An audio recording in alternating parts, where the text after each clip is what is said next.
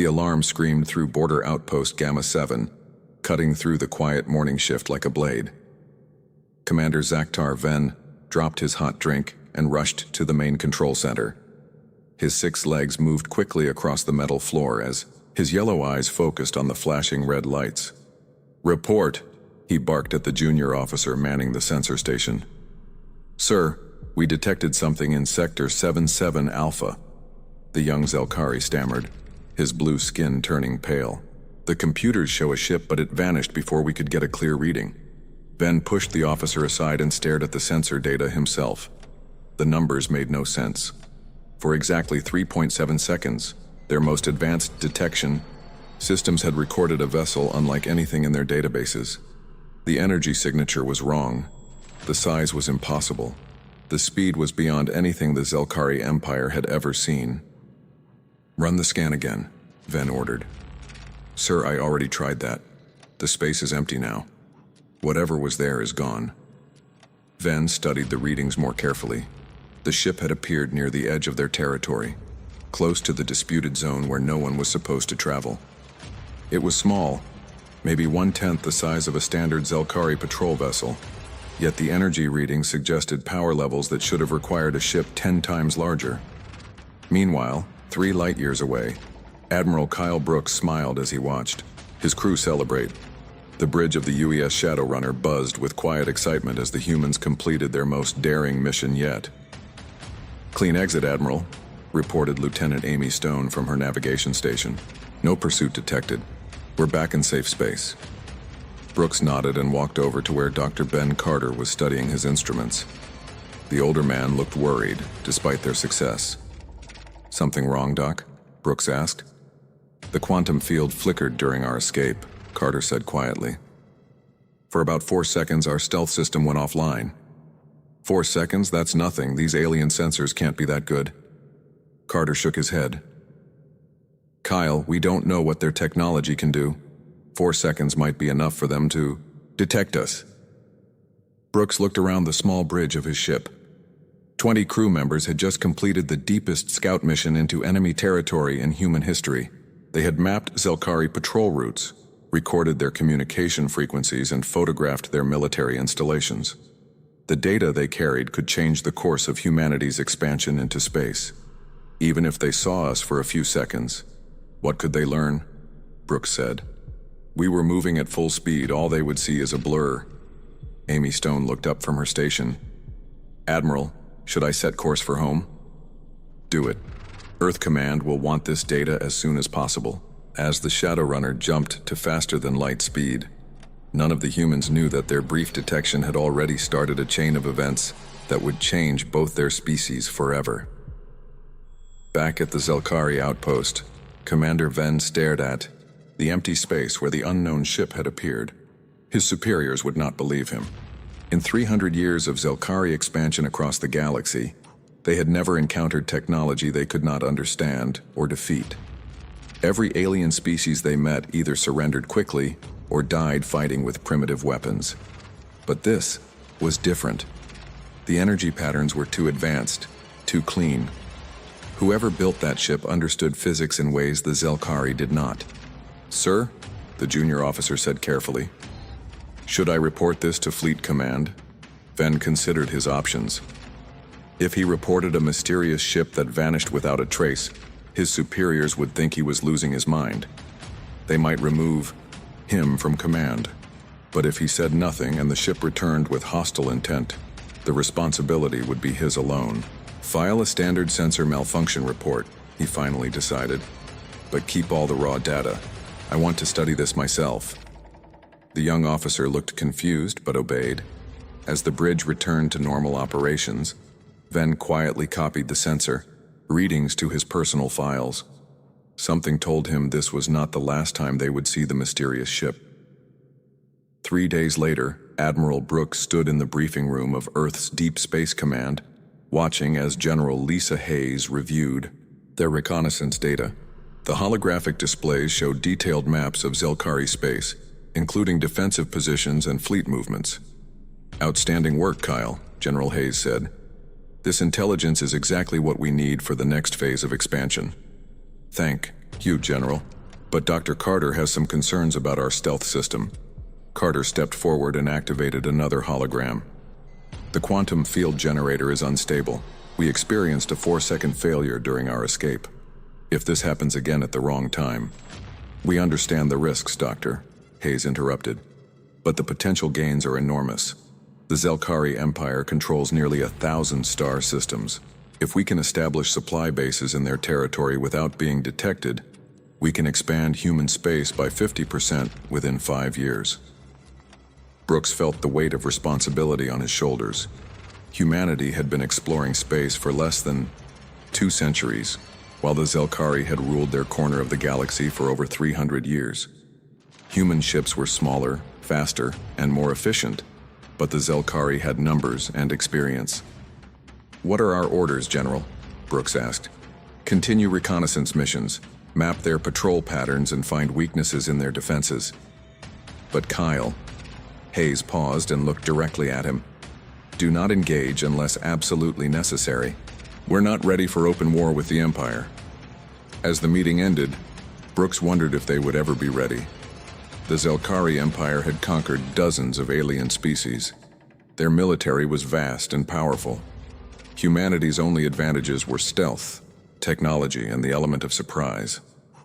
Back in Zelkari space, Commander Venn spent his off-duty hours studying the sensor data from the mysterious ship. The more he analyzed the readings, the more convinced he became that they had detected something extraordinary. The ship's energy signature suggested a propulsion system based on principles the Zelkari had never mastered. He began searching through old archives, looking for similar encounters. What he found disturbed him. Over the past 6 months, there had been dozens of minor sensor anomalies throughout Zelkari space. Equipment malfunctions, brief power fluctuations, navigation errors that lasted only seconds. Individually, these incidents meant nothing. Together, they painted a picture of something moving through Zelkari territory undetected. Something small, fast, and extremely advanced. Ben realized he faced a choice. He could follow orders and ignore what might be the greatest threat to the Empire in centuries. Or he could risk his career to investigate something his superiors would never believe. As he stared at the data scrolling across his screen, Commander Venn made his decision. The Empire had survived for 3 centuries by being the strongest force in known space. If something out there could challenge that strength, the Empire needed to know about it, even if no one wanted to listen. 3 weeks had passed since the mysterious ship vanished from Zelkari sensors. Commander Venn thought the incident was forgotten until the reports started coming in from across the Empire. Mining station operators complained about brief equipment failures. Deep space sensors detected fleeting signals that made no sense. Cargo ships experienced strange navigation problems that lasted only seconds. Each report was different, but they all shared one thing. The problems appeared without warning, lasted less than 10 seconds, and left no trace behind. The Empire's technical experts dismissed them as normal equipment wear, but Venn saw a pattern others missed. High Inquisitor Mordak Thess arrived at border outpost Gamma 7 on a cold morning. The tall Zelkari official wore the black robes of the Empire's investigation division. His presence meant someone in high command was taking the report seriously. "Commander Venn," Thess said as he entered the control room, "show me everything about this phantom ship." Venn pulled up the sensor, data he had studied countless times. "Here, sir." The contact lasted 3.7 seconds. "Energy signature unknown. Size approximately 50 meters long." Thess studied the readings with the trained eye of someone who had investigated mysteries across the galaxy. After several minutes, he activated advanced analysis equipment that Venn had never seen before. "Interesting," Thess muttered as new data appeared on the screens. "These particle traces should not exist." "Sir, the quantum residue suggests technology far beyond our current understanding. Whoever built this ship has mastered energy manipulation in ways we have not." Meanwhile, on Earth, General Lisa Hayes reviewed intelligence reports in her secure office. The data from Admiral Brooks's mission painted a detailed picture of Zelkari military strength. Their empire was vast but spread thin across too many star systems. Captain Miller, she said to the man sitting across from her desk. Your supply depot mission is approved. Establish hidden bases in systems the Zelkari consider unimportant. Captain Joe Miller nodded as he studied the star charts. How many bases do you want established, General? At least 12. We need supply points for extended operations in their territory. Miller's ship, the UES Pioneer, was designed for long-range missions. Unlike the Shadowrunner's combat focus, the Pioneer carried construction equipment and supplies for building secret installations. What about security? Miller asked. If they find even one base, they'll know we're operating in their space. That's why we're placing them in dead systems. No planets worth claiming. No resources worth mining. Places the Zelkari mapped once and never visited again. Back in his laboratory, Dr. Ben Carter worked on improving the quantum stealth system that kept human ships invisible. The technology was revolutionary but unstable. Random failures could expose human vessels at the worst possible moments. Amy, look at these power curves, he called to Lieutenant Stone, who was helping with the research. The field generator spikes every 47 minutes. Is that why we lost stealth during the mission? She asked. Exactly. The system builds up quantum pressure and releases it in bursts. We need to find a way to smooth out these fluctuations. Carter knew their stealth technology was humanity's greatest advantage. Human ships were smaller and carried fewer weapons than Zelkari vessels. Without the ability to remain hidden, they would be helpless in direct combat. High Inquisitor Thess spent days at the border outpost using advanced equipment to analyze every detail of the mysterious encounter. His findings troubled him more each day. The quantum particles detected after the ship vanished followed patterns that challenged basic Zelkari understanding of physics. Commander, he told Ven during a private meeting, this technology represents a paradigm shift. Whoever created it has approached quantum mechanics from a completely different direction than we did. What does that mean for the Empire, sir? It means we may have encountered our first true rival. Every species we have met used variations of our own technology. This is something entirely new. Thess's report to High Command was carefully worded. He could not prove the existence of an advanced alien species based on a 4-second sensor contact, but he could document the evidence and recommend increased vigilance. Captain Miller's mission began 2 months after the first sighting. The Pioneer moved through uncharted space, visiting star systems the Zelkari had marked as worthless. Miller's team established small automated bases on asteroids and dead moons, each one equipped with fuel, supplies, and communication equipment. Base 7 is operational, Miller reported to Earth Command. All systems hidden and running silent.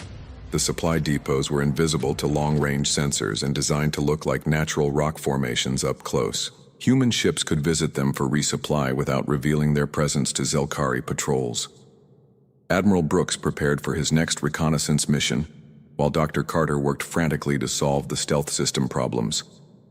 The quantum field generator had been rebuilt 3 times, but the random failures continued.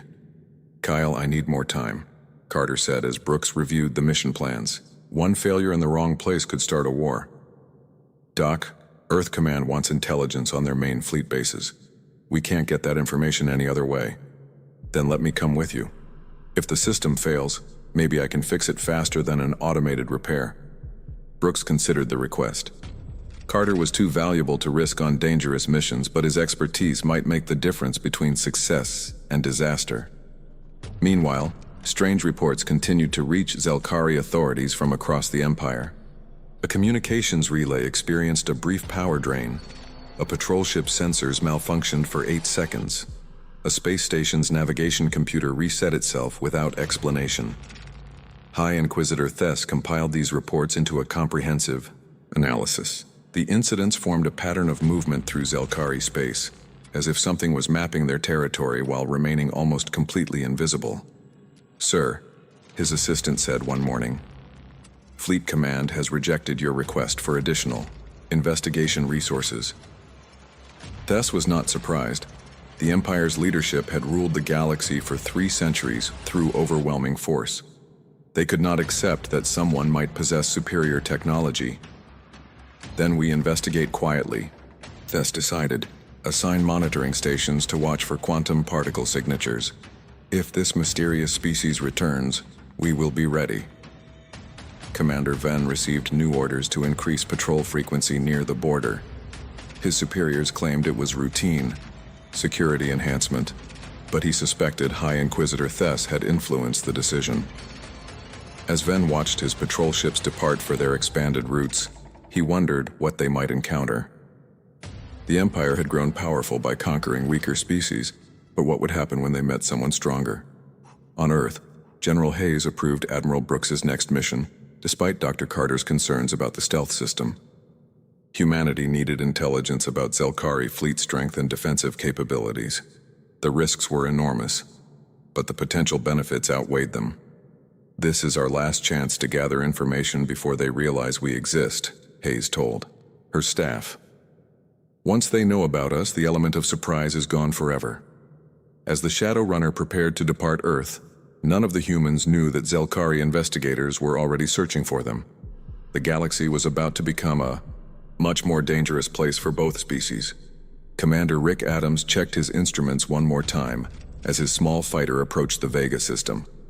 The reconnaissance ship WASP-7 was humanity's most advanced scout vessel, designed for deep penetration missions behind enemy lines. His wingman, Lieutenant Kate Ryan, flew beside him in an identical craft. Sensors show 3 Zelkari patrol ships in the outer system, Ryan reported through their encrypted communication link. Standard formation, nothing unusual. Adams nodded and activated his stealth systems. The quantum field generator hummed to life, bending light and energy around his ship to make it invisible to most sensors. According to their mission briefing, the Vega system contained a major Zelkari supply depot that Earth Command wanted mapped. Stay close, Kate. We go in fast, get the photos, and get out. The 2 human fighters slipped past the Zelkari patrol ships without being detected. Their target was a massive space station orbiting Vega's 4th planet. Surrounded by cargo vessels and defensive platforms, Adams began recording everything his sensors could detect. Then disaster struck. Warning lights flashed across Adams's control panel as his stealth system failed completely. The quantum field collapsed without warning, leaving his ship visible and exposed in the middle of the Zelkari formation. "Rick, your stealth is down," Ryan shouted over the communication link. Before Adams could respond, alarms began wailing throughout the Zelkari fleet.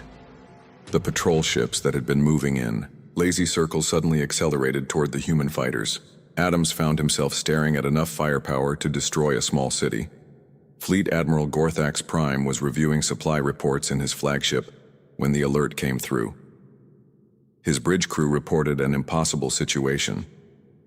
2 unknown vessels had appeared inside their formation, apparently from nowhere.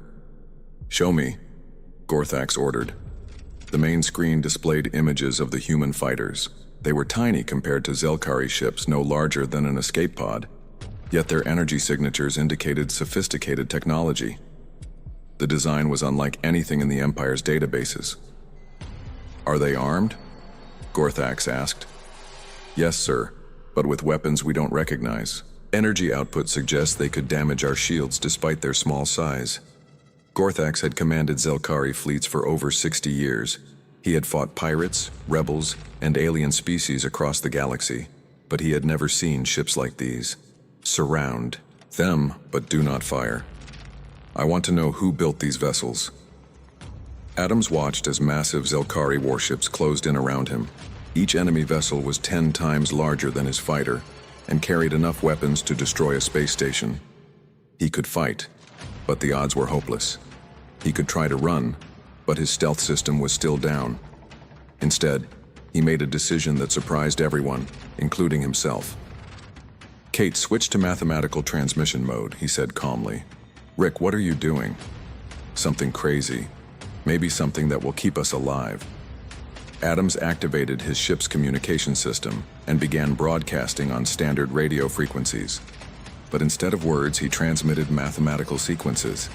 Prime numbers, geometric patterns, basic physics equations. Universal concepts that any intelligent species would recognize.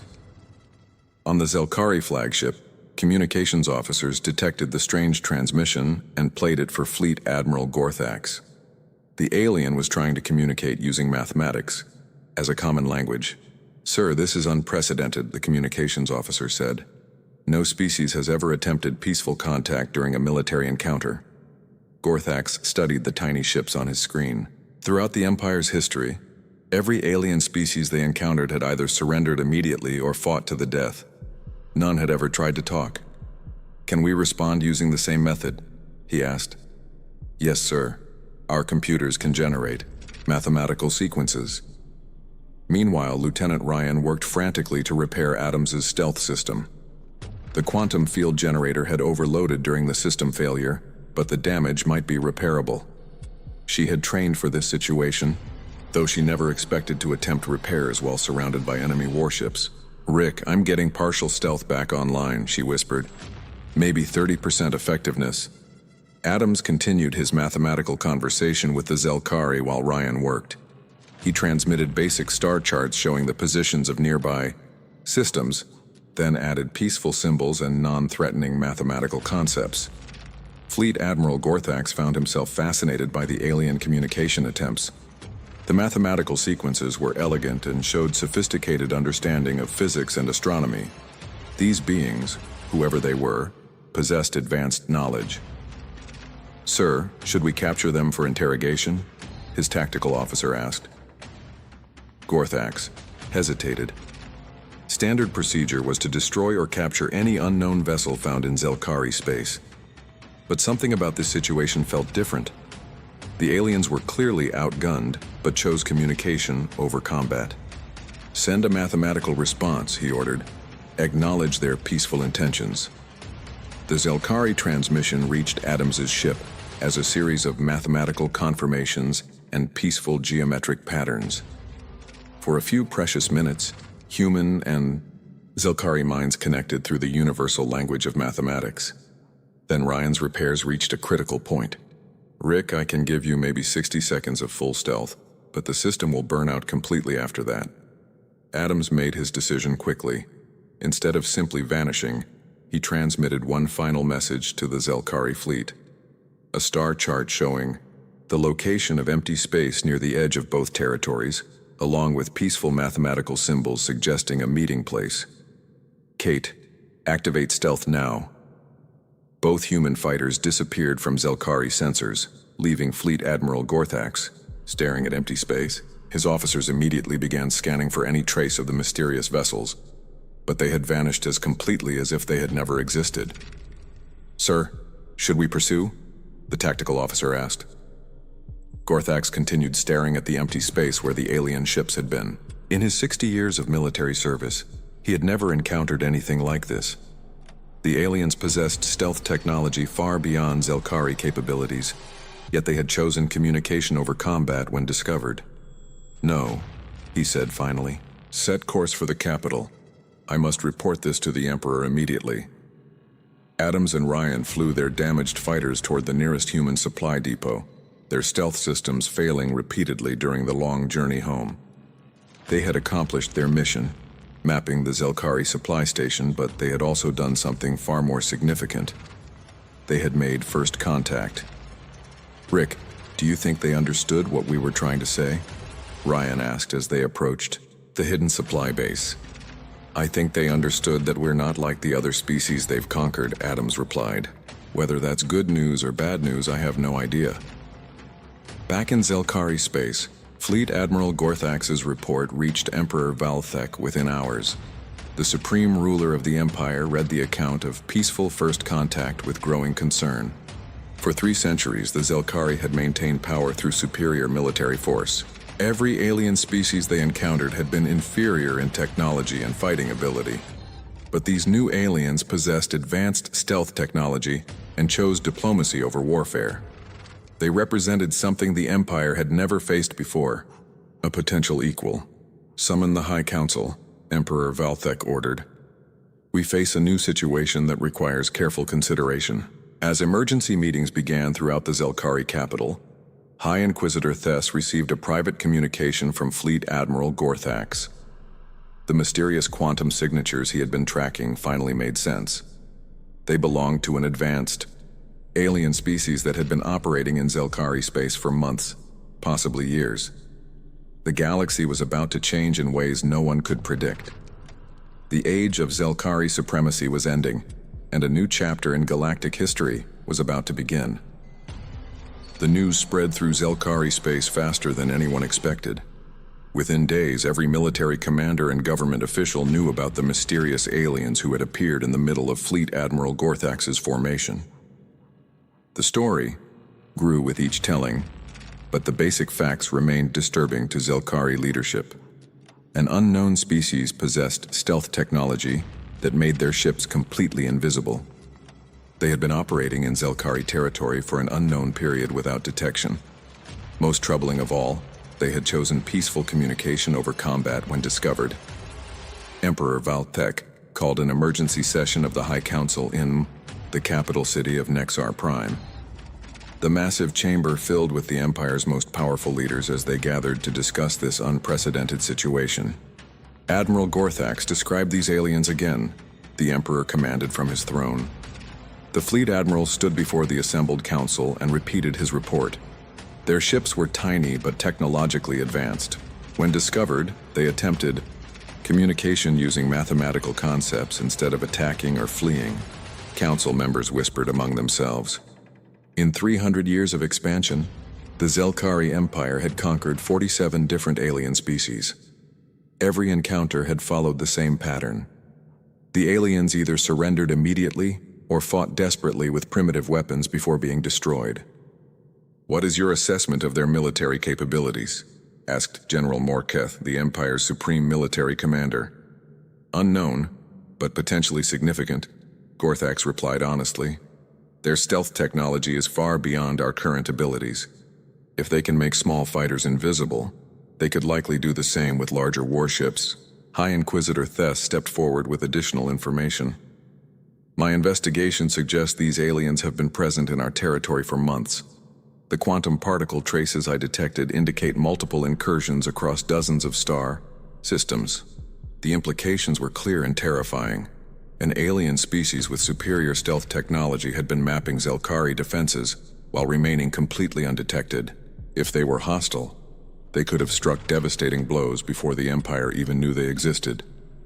Meanwhile, on Earth, President Sam Johnson convened an emergency meeting of the United Earth Government. Admiral Brooks and Commander Adams had returned with detailed reports of their encounter with the Zelkari fleet. "So they know we exist," President Johnson said grimly. "How long before they track us back to Earth?" Dr. Emma Clark, Earth's leading expert on alien contact protocols, studied the mathematical transmissions exchanged between Adams and the Zelkari Admiral. "This is fascinating. They not only understood our peaceful intentions, but responded in kind. That suggests a level of intelligence and restraint we hadn't expected." General Hayes was less optimistic. "Intelligence and restraint won't matter if they decide we're a threat. Our stealth technology is failing more frequently. We can't remain hidden much longer." President Johnson faced the most difficult decision in human history. Earth's expansion into space depended on remaining undetected while they built up their military strength. The Zelkari Empire controlled nearly 1,000 star systems and had vast military resources. Humanity controlled barely 20 systems and possessed only a few hundred warships. "Dr. Clark, what are our options for formal contact?" the president asked.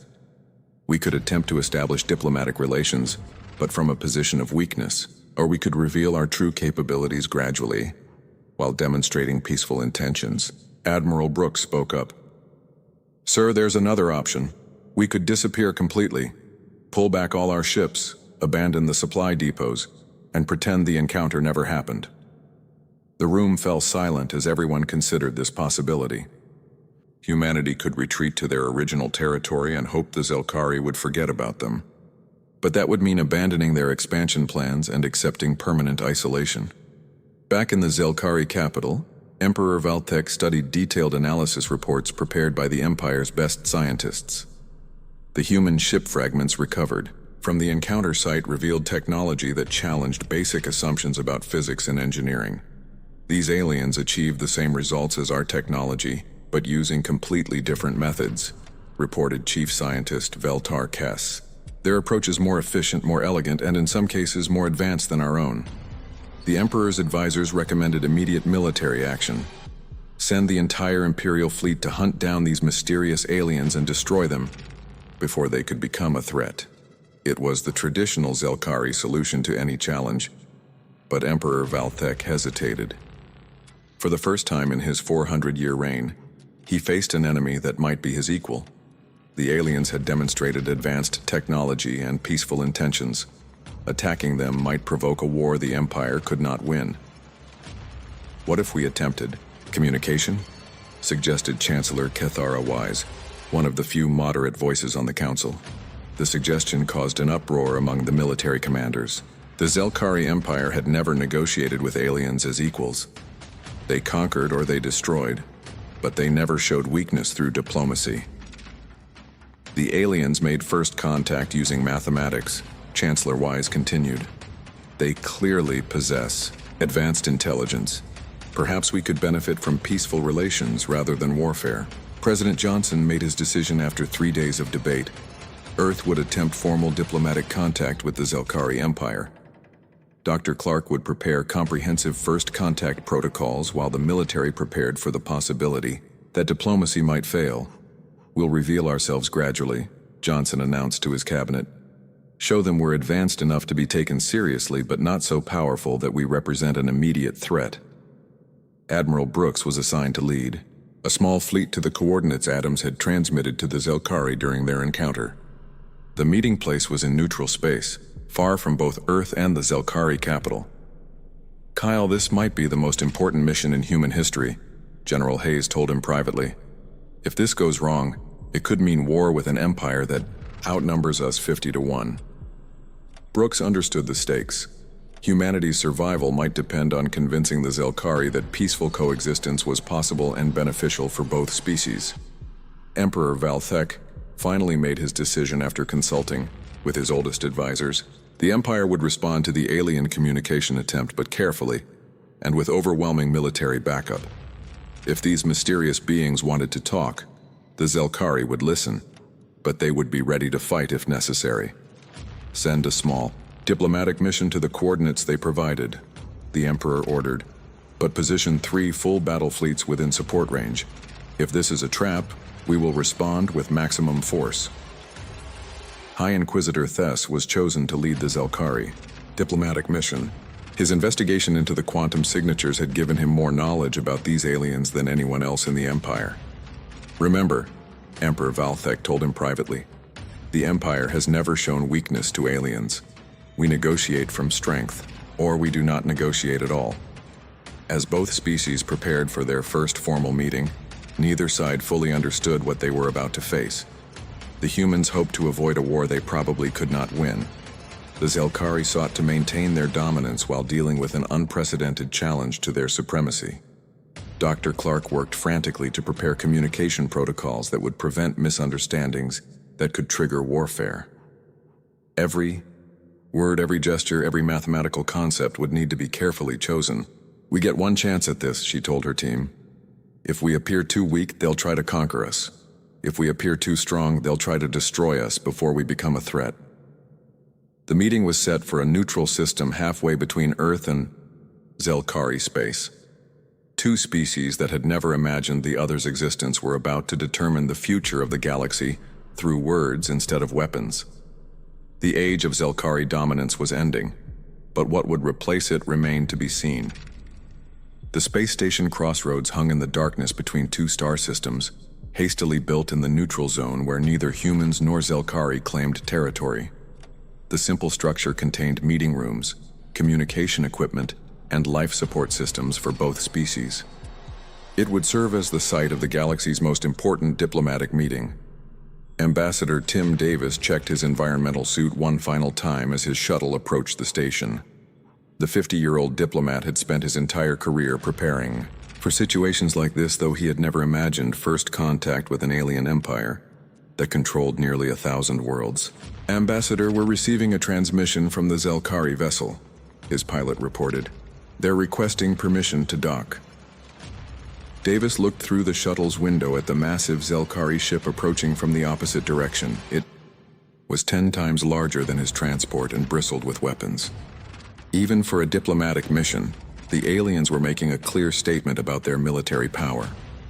"Grant permission," Davis said calmly. "Colonel Turner, are you ready?" Colonel Max Turner, the military advisor assigned to the human delegation, nodded grimly. "As ready as anyone can be for something like this."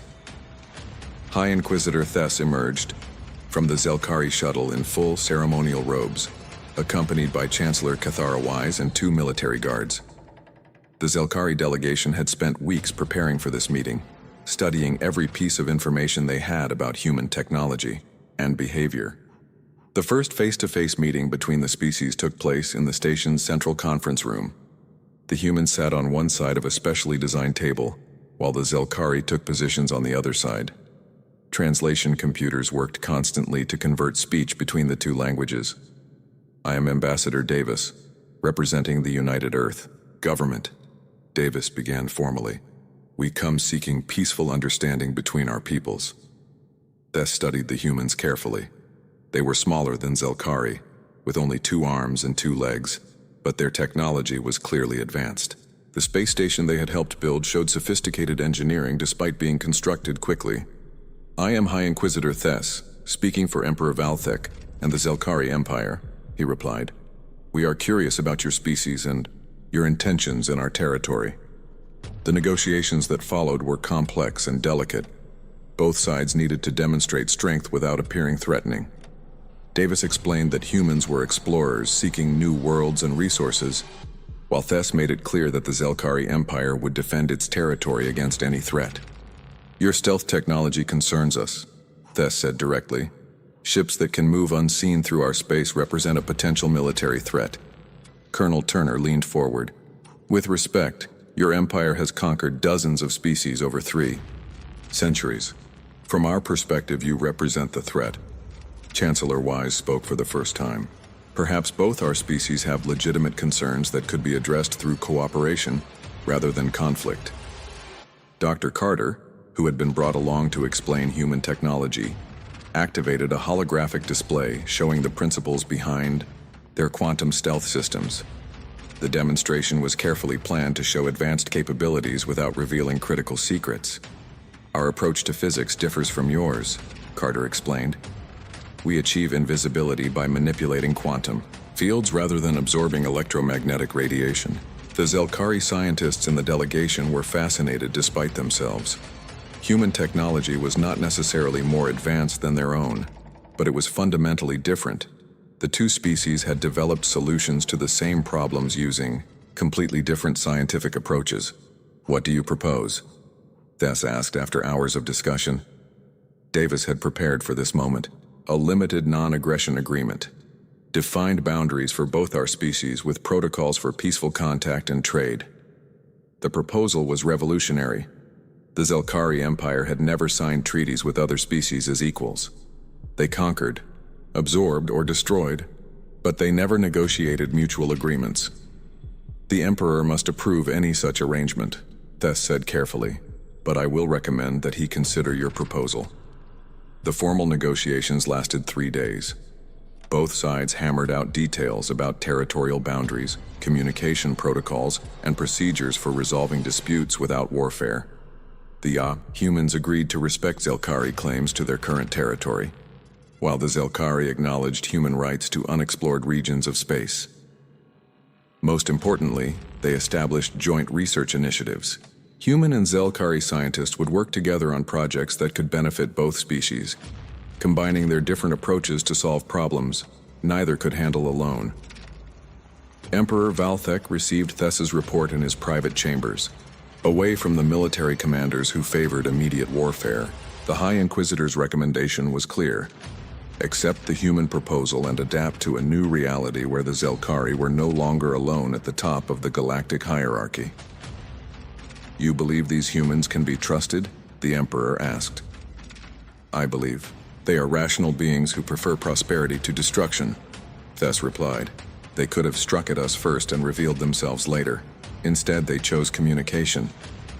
The Emperor made his decision after consulting with Chancellor Wise and reviewing detailed analysis of human capabilities.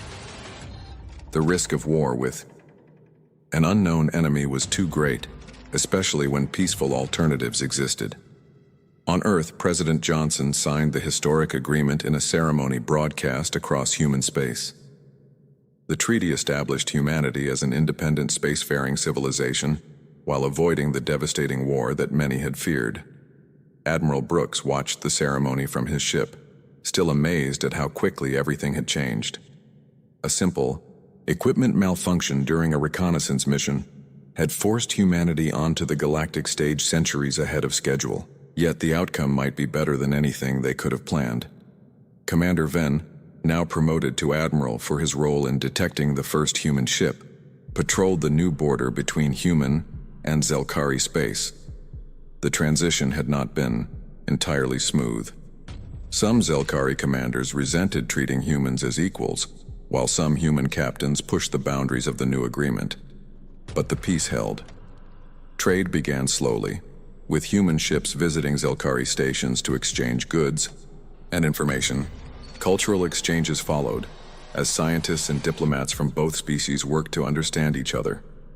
Dr. Carter found himself working alongside Zelkari physicists on the first joint research station, combining human quantum manipulation techniques with Zelkari energy control methods. Their early experiments suggested possibilities that neither species had imagined alone. "It's remarkable," Carter told his Zelkari colleague, Dr. Veltar Kess. "Your electromagnetic control systems could stabilize our quantum fields perfectly, and your quantum techniques could make our energy systems far more efficient," Kess replied. "Together, we might achieve faster-than-light travel speeds that neither of us thought possible." Chancellor Wise and Dr. Clark established regular diplomatic exchanges, working to prevent the misunderstandings that could still trigger conflict between two very different civilizations. Their efforts laid the groundwork for expanded cooperation in the years to come. The galaxy began to change in ways no one had expected. Other alien species, previously conquered or suppressed by the Zelkari Empire, watched the human-Zelkari relationship with growing interest. If the mighty empire could accept equals, perhaps the age of conquest was truly ending. Admiral Brooks stood on the observation deck of his ship, watching human and Zelkari vessels pass each other peacefully in what had once been contested space. The future remained uncertain, but for the first time in centuries, the galaxy offered hope for something better than endless warfare. The unknown ship that had appeared and vanished in Zelkari space had changed everything. Humanity had not conquered the galaxy through superior firepower, but they had fundamentally altered it through determination, innovation, and the courage to choose diplomacy over destruction when it mattered most.